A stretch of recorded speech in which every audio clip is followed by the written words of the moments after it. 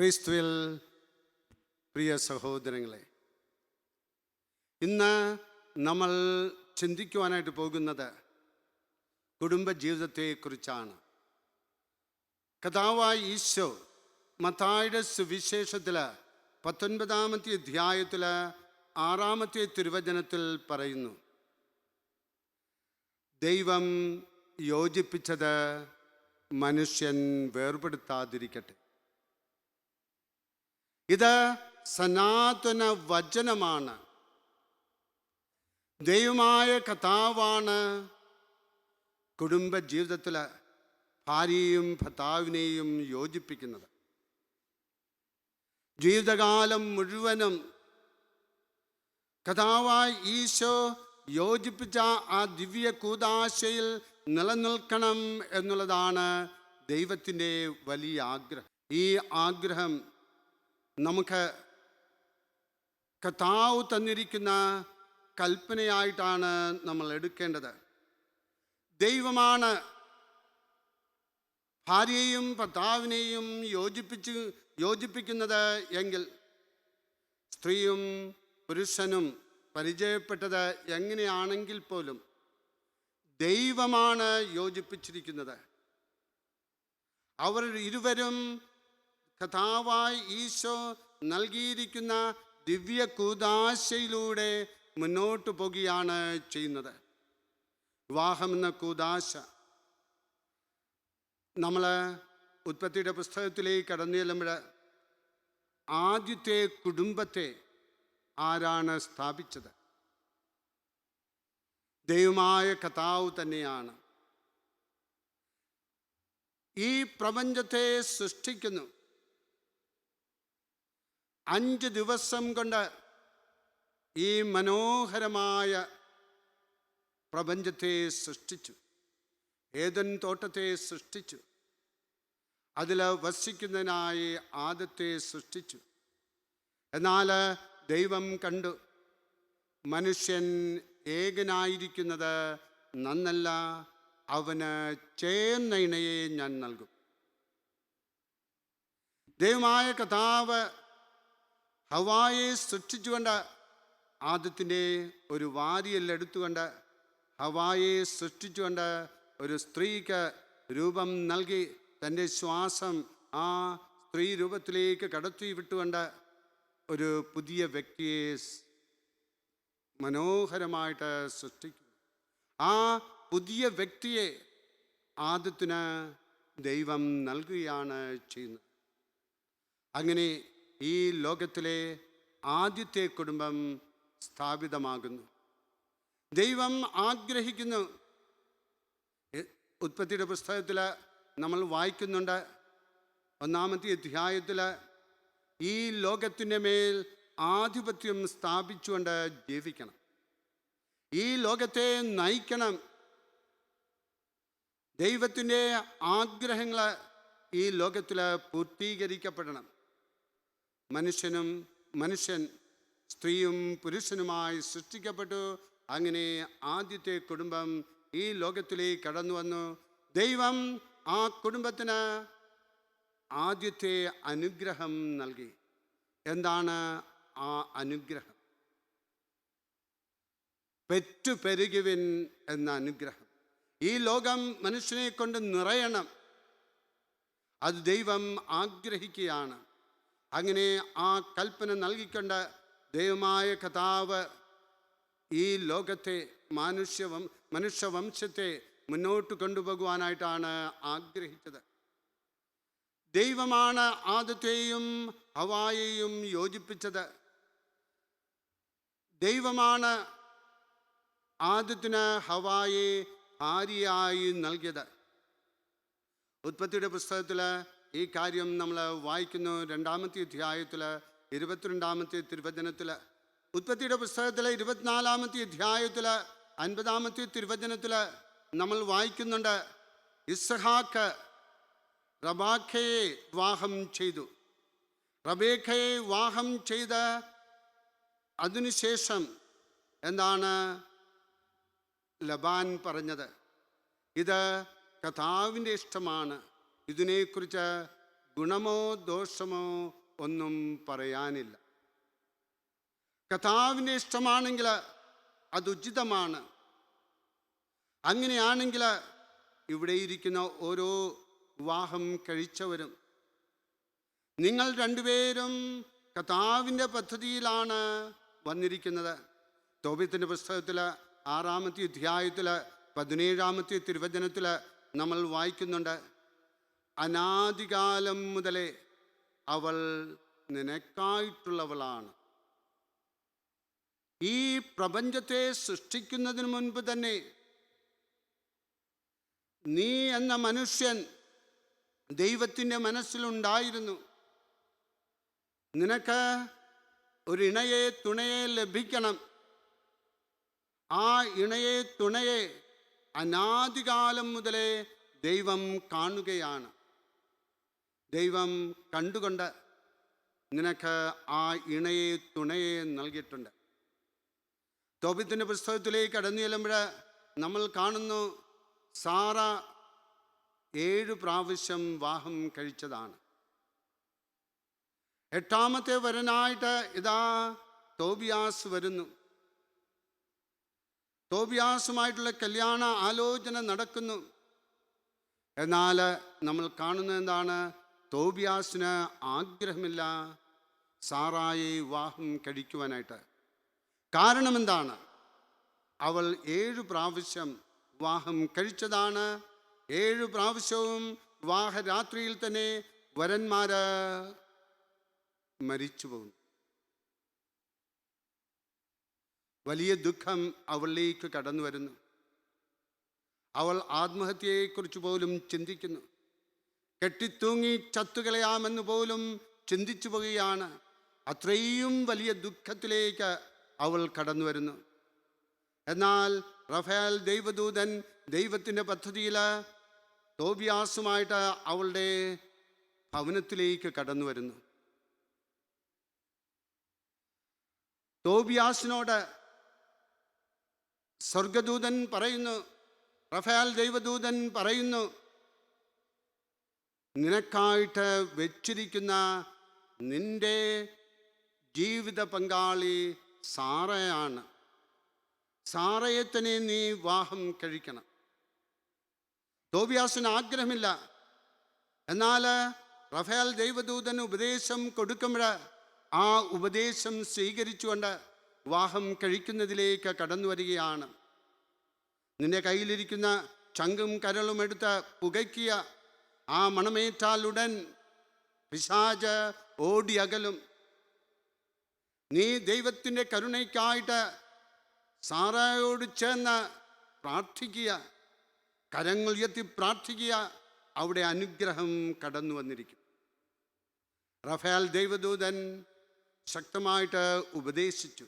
ആ ഉപദേശം സ്വീകരിച്ചുകൊണ്ട് നമ്മൾ കാണുന്നു, തോബിയാസ് സാറായെ ഭാര്യയായി സ്വീകരിക്കുന്നു. മത്തായിയുടെ സുവിശേഷത്തിലേക്ക് കടന്നു വരുമ്പോൾ 1-ാമത്തെ അധ്യായത്തിൽ 20-ാമത്തെ തിരുവചനത്തിൽ നമ്മൾ വായിക്കുന്നുണ്ട്, ദൈവമായ കർത്താവ് സ്വർഗദൂതനിലൂടെ യോസേപ്പ് പിതാവിനോട് പറയുകയാണ്, മറിയത്തെ ഭാര്യയായി സ്വീകരിക്കാൻ ഭയപ്പെടേണ്ട. ആ തിരുവചനം യോസേപ്പിലേക്ക് കടന്നു വരുമ്പോൾ ആ തിരുവചനം സ്വീകരിച്ചുകൊണ്ട് മറിയത്തെ ഭാര്യയായി സ്വീകരിക്കുകയാണ്. പ്രിയമുള്ളവരെ, നിങ്ങൾക്ക് നിങ്ങളുടെ ജീവിത പങ്കാളിയെ ദൈവമായ കർത്താവാണ് നൽകിയതെങ്കിൽ ഒരിക്കലും ആ തിരഞ്ഞെടുപ്പ് അതിൽ തെറ്റുകൾ ഉണ്ടായിരിക്കുകയില്ല. നിങ്ങൾക്ക് തെറ്റു പറ്റുകയില്ല. കാരണം ദൈവമായ കർത്താവാണ് നിങ്ങളെ നയിച്ചിരിക്കുന്നത്. ദൈവത്തിന് നിങ്ങളെക്കുറിച്ചൊരു പദ്ധതിയുണ്ട്. അത് നിങ്ങളുടെ ക്ഷേമത്തിനായിട്ടുള്ള പദ്ധതിയാണത്. ദൈവം യോജിപ്പിച്ചിരിക്കുകയാണ് നിങ്ങളെ രണ്ടുപേരെയും. കർത്താവായ ഈശോ വളരെ വ്യക്തമായിട്ട് പറയുന്നത് എന്താണ്? ദൈവം യോജിപ്പിച്ചത് മനുഷ്യൻ വേർപെടുത്താതിരിക്കട്ടെ. അവർ രണ്ടല്ല, ഒന്നാണ്. മരണം വരെ ഒന്നായിരിക്കുവാനായിട്ടുള്ള വിളിയാണ് അത്. വിവാഹമെന്ന കൂദാശയിലൂടെ നിങ്ങളെ രണ്ടുപേരെയും യോജിപ്പിച്ചിരിക്കുകയാണ്. നിങ്ങൾ ഏക ശരീരമായി നിങ്ങളുടെ ജീവിതകാലം മുഴുവൻ മരണം വരെ നിങ്ങൾ ജീവിക്കേണ്ടതാണ്. പ്രിയമുള്ളവരെ, പരസ്പര സ്നേഹാൈക്യത്തിൽ നിങ്ങൾ ജീവിക്കേണ്ടതാണ്. ത്രിത്വയ ദൈവം, പിതാവ്, പുത്രൻ, പരിശുദ്ധാത്മാവ്, ഈ മൂന്ന് വ്യക്തികൾ എങ്ങനെ ഒന്നായി ജീവിക്കുന്നുവോ, ഒന്നായി ആയിരിക്കുന്നുവോ, അതുപോലെ തന്നെ നിങ്ങൾക്കും ജീവിക്കുവാനായിട്ടുള്ള കൃപ ലഭിച്ചിട്ടുണ്ട്. ഈ കൂദാശയിൽ നിന്ന് നിങ്ങൾ സ്വീകരിച്ചിരിക്കുന്ന ആ വലിയ കൃപ നിങ്ങൾ മുന്നോട്ട് കൊണ്ടുപോവുകയാണെങ്കിൽ നിങ്ങൾ ഓരോരുത്തരും അനുഗ്രഹിക്കപ്പെടും. ഞാൻ ഒരു പുരോഹിതനാണ്. പുരോഹിതനെന്ന നിലയിൽ എനിക്ക് പൗരോഹിത്യ എന്ന കൂദാശയുണ്ട്. ഈ പൗരോഹിത്യം എന്ന കൂദാശയിലൂടെ ഞാൻ മധ്യസ്ഥനായി, സ്ഥാനപതിയായി ദൈവത്തിൻ്റെ മുന്നിൽ ഞാൻ നിലകൊള്ളുന്നു. ഞാൻ ദൈവത്തോട് ചോദിക്കുമ്പോൾ ദൈവം കാര്യങ്ങൾ തരും. ആ ബോധ്യം എനിക്കുണ്ട്. കാരണം എനിക്ക് പൗരോഹിത്യം എന്ന കൂദാശയുണ്ട്. ആ കൂദാശ എന്നിൽ എൻ്റെ മരണം വരെ, അല്ലെങ്കിൽ നിത്യതയിൽ എനിക്ക് ഈ ദിവ്യ കൂദാശയുണ്ട്. ആ കൂദാശ ഞാൻ എൻ്റെ ജീവിതത്തിൽ ഞാൻ പ്രാവർത്തികമാക്കുമ്പോൾ ഈ ലോകം ഏറെ അനുഗ്രഹിക്കപ്പെടുന്നു. ഈ ബോധ്യം എൻ്റെ ജീവിതത്തിലുണ്ട്.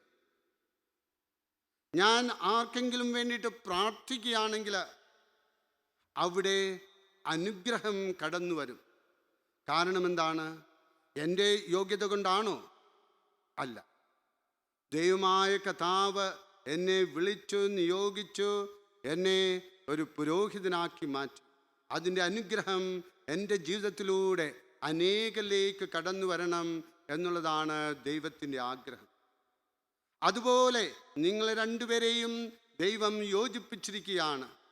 ഈ യോജിപ്പിൽ, ഈ ഐക്യത്തിൽ നിങ്ങൾ നിലകൊള്ളണം എന്ന് ദൈവം ആഗ്രഹിക്കുകയാണ് ചെയ്യുന്നത്.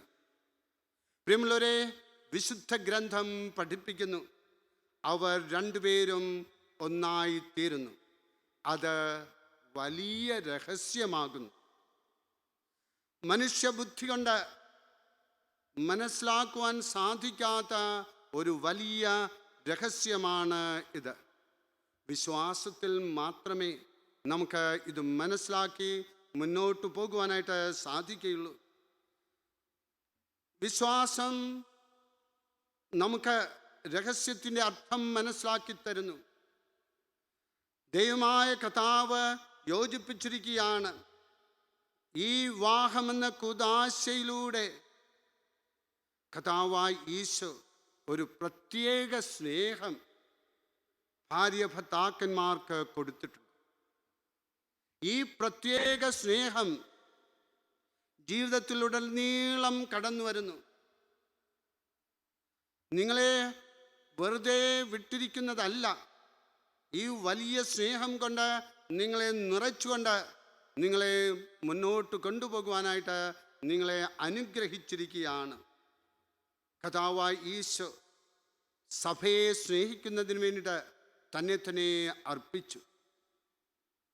തന്നെ തന്നെ പൂർണ്ണമായിട്ട് നൽകിക്കൊണ്ട് കുരിശിൽ മരിച്ച്, വേദന സഹിച്ച് മരിച്ച് തന്നെ തന്നെ അർപ്പണം ചെയ്തു.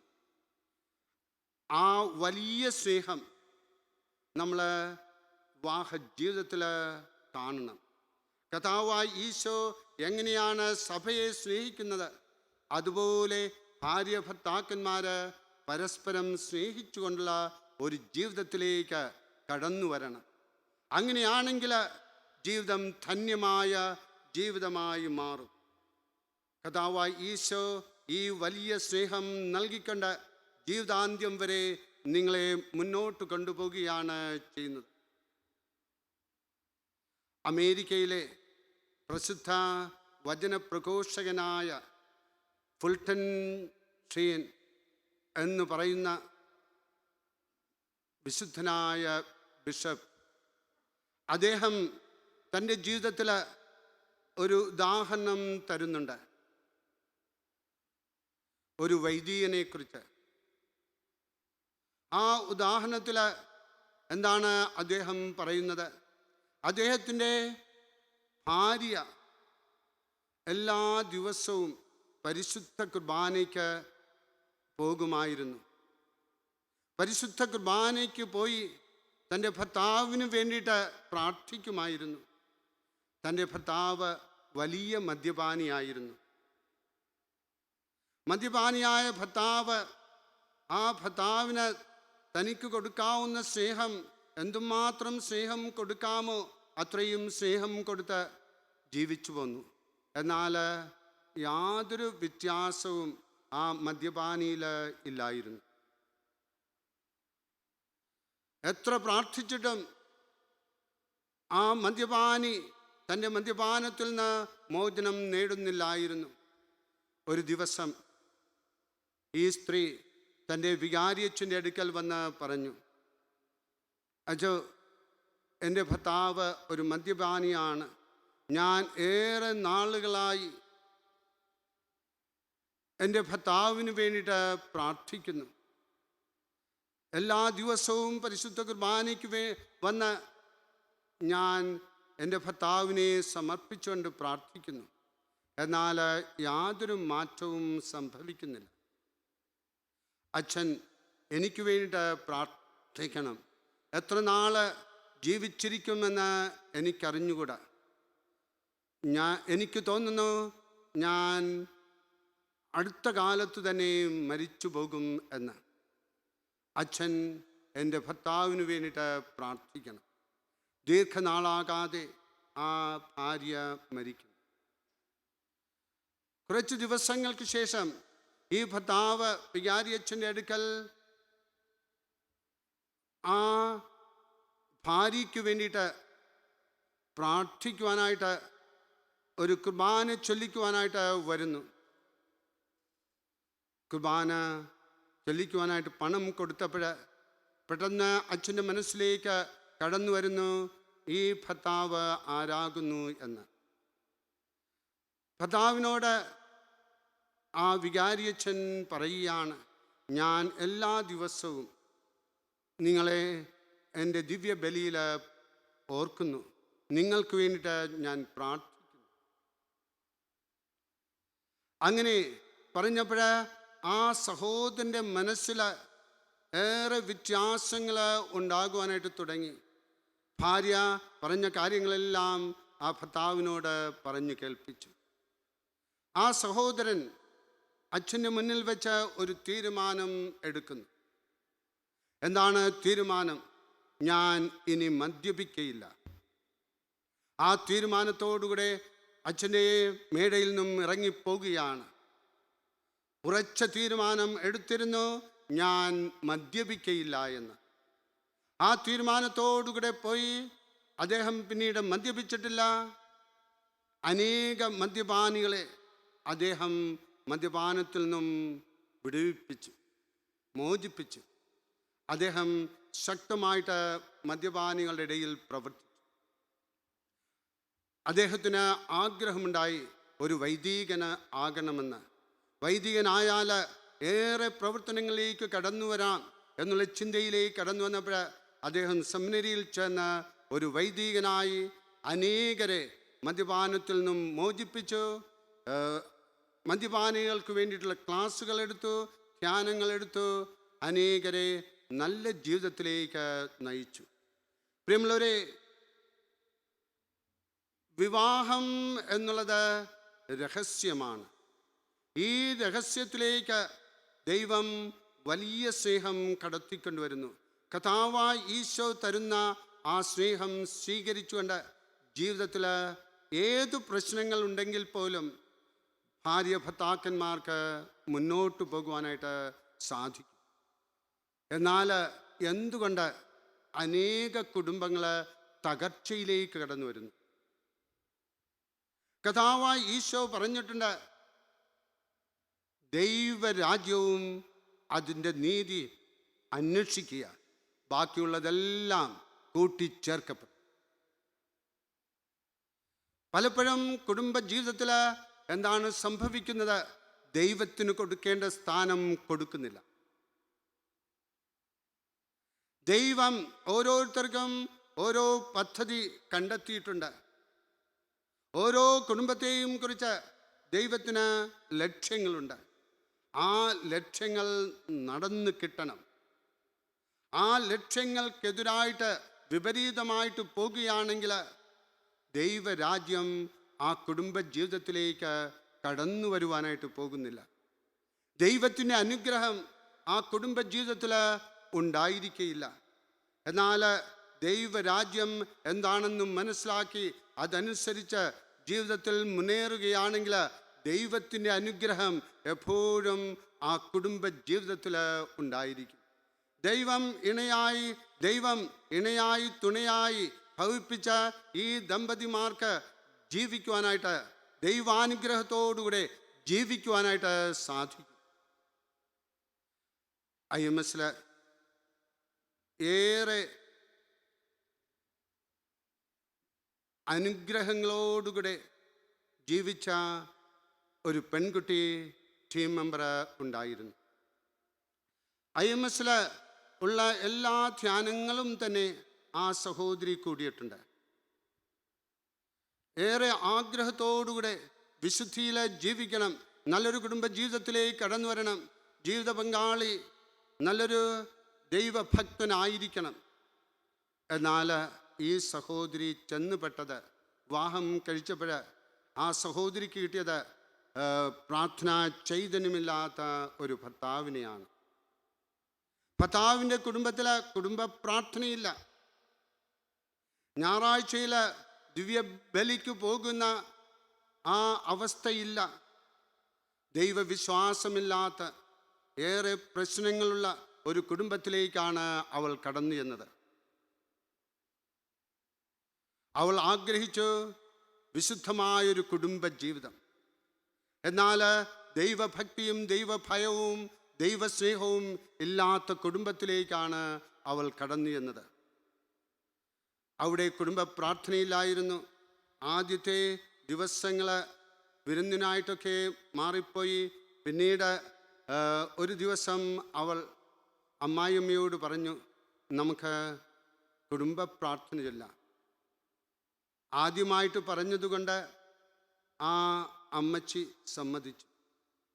എന്നാൽ രണ്ടാമത്തെ ദിവസം, മൂന്നാമത്തെ ദിവസം, നാലാമത്തെ ദിവസം, ഈ ദിവസങ്ങളിലേക്ക് ഇരുന്ന് ചൊല്ലി. അവസാനം അമ്മ ചോദിക്കുകയാണ്, നീ ഞങ്ങളുടെ കുടുംബത്തെ ഭരിക്കാനാണോ ഇവിടെ വന്നിരിക്കുന്നത്? അതോടുകൂടെ ആ കുടുംബത്തിലെ അവൾ ആരംഭിച്ച കുടുംബ പ്രാർത്ഥന നിന്നു.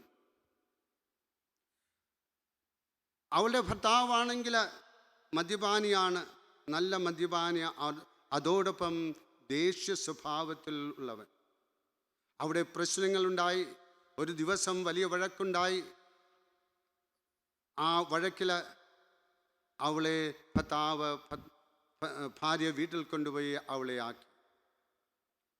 അങ്ങനെയാണ് എൻ്റെ അടുക്കൽ കൗൺസിലിങ്ങിന് വന്നത്. ഞാൻ അവളോട് പറഞ്ഞു, നീ വിവാഹത്തിനു മുൻപ് എല്ലാ ദിവസവും പരിശുദ്ധ കുർബാനയ്ക്ക് പോകുമായിരുന്നു. നീ ഇനി മുതൽ എല്ലാ ദിവസവും നിൻ്റെ വീട്ടിലായിരിക്കുമ്പോൾ പരിശുദ്ധ കുർബാനയ്ക്ക് പോകുക. അതോടൊപ്പം നിനക്ക് സമയമുണ്ട്, നീ കുറഞ്ഞത് 4 ജപമാലയെങ്കിലും ചൊല്ലണം. ആ സഹോദരി ഞാൻ പറഞ്ഞതനുസരിച്ച് മുന്നോട്ട് പോയി. ഞാൻ അവളോട് പറഞ്ഞു, 1 മാസത്തിനകം നിൻ്റെ ഭർത്താവ് നിൻ്റെ വീട്ടിൽ വന്ന് നിന്നെ വിളിച്ചു കൊണ്ടുപോകും. നീ ദൈവത്തോട് കൂറ് കാണിക്കുക, വിശ്വസ്തത കാണിക്കുക, നിൻ്റെ ഭർത്താവ് തിരിച്ചു വരും. പ്രിയമുള്ളവരെ, തിരിച്ചു വന്നു. ഭർത്താവ് അവളും IMSൽ വന്ന ഒരു ദമ്പതി ധ്യാനം കൂടി അവരുടെ ജീവിതം വളരെ മനോഹരമായിട്ട് നടന്നുകൊണ്ടിരിക്കുകയാണ്. പ്രിയമുള്ളവരെ, ദൈവത്തിന് കൊടുക്കേണ്ട പ്രാധാന്യം ആ കുടുംബ ജീവിതത്തിലേക്ക് കടന്നു വന്നപ്പോൾ ആ കുടുംബജീവിതം മനോഹരമായ കുടുംബജീവിതമായി മാറി. ദൈവരാജ്യവും അതിൻ്റെ നീതിയും അന്വേഷിക്കുക, ബാക്കിയുള്ളതെല്ലാം കൂട്ടിച്ചേർക്കപ്പെടും എന്ന് പറയുന്ന കർത്താവിൻ്റെ കൃപ നമ്മുടെ ജീവിതത്തിലേക്ക് കടന്നു വരട്ടെ. നമ്മൾ ഓരോരുത്തരും അനുഗ്രഹിക്കപ്പെടട്ടെ.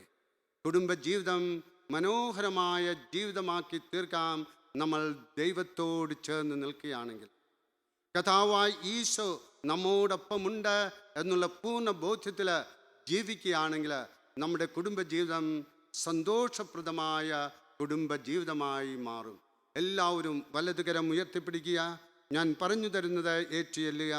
കർത്താവായ ഈശോയെ, കുടുംബത്തിന്റെ സ്ഥാപകനായ എൻ്റെ ഈശോയെ, ഈ നിമിഷത്തില് രക്ഷകനായി ഞങ്ങളുടെ കുടുംബ ജീവിതത്തിലേക്ക് അങ്ങ് കടന്നു വരേണമേ, അങ്ങ് കടന്നു വരേണമേ. അങ്ങയുടെ ആത്മാവിനെ ഞങ്ങളുടെ മേൽ അയച്ച് ഞങ്ങളെ ഓരോരുത്തരെയും നവീകരിക്കണമേ. ദൈവരാജ്യവും അതിന്റെ നീതിയും അന്വേഷിച്ചുകൊണ്ടുള്ള ഒരു ജീവിതത്തിലേക്ക് ഞങ്ങൾ കടന്നു വരട്ടെ. ദൈവരാജ്യത്തിനു വേണ്ടി ഞങ്ങൾ നിലകൊള്ളട്ടെ. അങ്ങയുടെ പദ്ധതി ഞങ്ങളുടെ ജീവിതത്തിൽ നിറഞ്ഞു നിൽക്കട്ടെ. അങ്ങയുടെ പദ്ധതി അനുസരിച്ച് ജീവിക്കുവാനുള്ള ആത്മാവിന്റെ ശക്തി ഞങ്ങളിലേക്ക് കടന്നു വരട്ടെ. ഓ പിതാവായ ദൈവമേ, ഓ പിതാവായ ദൈവമേ, അങ്ങയുടെ വലിയ സ്നേഹം കൊണ്ട് ഞങ്ങൾ നിറയട്ടെ. പരിശുദ്ധ അമ്മേ, അമ്മേ, IMS അമ്മേ, ഞങ്ങൾക്ക് വേണ്ടി നിരന്തരം മാധ്യസ്ഥം വഹിക്കണമേ. കരങ്ങൾ ഉയർത്തിക്കൊണ്ട് നമുക്ക് കർത്താവിനെ സ്തുതിക്കാം. യേശുവേ സ്തോത്രം, സ്തോത്രം കർത്താവേ. കർത്താവേ അങ്ങേക്ക് മഹത്വം, അങ്ങേക്ക് ആരാധന. Hallelujah, hallelujah, hallelujah, hallelujah. ഈശോയെ നന്ദി, നന്ദി കർത്താവേ. സ്തോത്രം കർത്താവേ. എല്ലാവരും കൂടെ സ്വരത്തിൽ സ്തുതിക്കുകയാണ്. യേശുവേ നന്ദി. കർത്താവ് ഈശോയെ, ഈ നിമിഷത്തിൽ ഇവരെല്ലാവരെയും അങ്ങ് ആശീർവദിച്ച് അനുഗ്രഹിക്കണമെന്ന് പ്രാർത്ഥിക്കുന്നു. നല്ലൊരു കുടുംബ ജീവിതം നൽകി ഇവരെ അനുഗ്രഹിക്കണമേ. ഐക്യം എപ്പോഴും ഈ മക്കളുടെ ജീവിതത്തിൽ ഉണ്ടായിരിക്കട്ടെ. സ്നേഹാഐക്യത്തിൽ ജീവിക്കുന്നവരായി മാറട്ടെ എന്ന് പ്രാർത്ഥിക്കുന്നു. പരിശുദ്ധാത്മാവിൻ്റെ ദാനങ്ങൾ കൊണ്ട് ഈ മക്കൾ നിറയട്ടെ, ഫലങ്ങൾ കൊണ്ട് നിറയട്ടെ. എന്നെന്നും അങ്ങേക്ക് സ്തോത്രമുണ്ടായിരിക്കട്ടെ. ആമേൻ. പിതാവിൻ്റെയും പുത്രൻ്റെയും പരിശുദ്ധാത്മാവിൻ്റെയും നാമത്തിൽ.